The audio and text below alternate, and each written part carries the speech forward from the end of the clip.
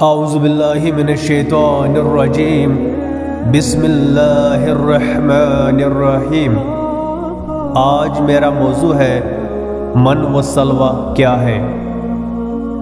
Video کو شروع کرنے سے پہلے آپ سب لوگوں سے یہی گزارش ہے کہ اس ویڈیو کو اینڈ تک ضرور دیکھیے گا، اور اگر یہ ویڈیو پسند آ گئی تو لائک، چینل کو سبسکرائب اور بیل آئیکن کو پریس کرنا نہ بھولیے گا، اور اس ویڈیو کو اپنے دوستوں تک بھی ضرور شیئر کیجیے گا۔ شکریہ۔ من و سلوہ۔ جب حضرت موسیٰ علیہ السلام 6 لاکھ بنی اسرائیل کے افراد کے ساتھ میدان طیٰ میں مقیم تھے تو اللہ تعالیٰ نے ان لوگوں کے کھانے کے لیے آسمان سے 2 کھانے اتارے، ایک کا نام من اور دوسرے کا نام سلوہ تھا۔ من بالکل سفید شہد کی طرح ایک حلوہ تھا، یا سفید رنگ کی شہد ہی تھی جو روزانہ آسمان سے بارش کی طرح برستی تھی، اور سلوہ پکی ہوئے بٹیرے تھی جو دکنی ہوا کے ساتھ آسمان سے نازل ہوا کرتی تھی۔ اللہ تعالیٰ نے بنی اسرائیل پر اپنی نعمتوں کا شمار کراتے ہوئے قرآن مجید میں ارشاد فرمایا کہ وَأَنزَلْنَا عَلَيْكُمُ الْمَنَّ وَسَلْوَىٰ، پارہ 1 سورہ بقرہ آیت نمبر 57۔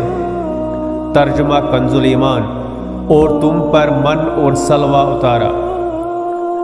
اس من و سلوہ کے بارے میں حضرت موسیٰ علیہ السلام کا یہ حکم تھا کہ روزانہ تم لوگ اس کو کھا لیا کرو اور کل کے لیے ہرگز اس کا ذخیرہ مت کرنا۔ مگر بعض ضعیف الاعتقاد لوگوں کو یہ ڈر لگنے لگا کہ اگر کسی دن من و سلوہ نہ اترا تو ہم لوگ اس بے آب و گیاہ چٹیل میدان میں بھوکے مر جائیں گے۔ چنانچہ ان لوگوں نے کچھ چھپا کر کل کے لیے رکھ لیا، تو نبی کی نافرمانی سے ایسی نحوست پھیل گئی کہ جو کچھ لوگوں نے کل کے لیے جمع کیا تھا وہ سب سڑ گیا، اور آئندہ کے لیے اس کا اترنا بند ہو گیا۔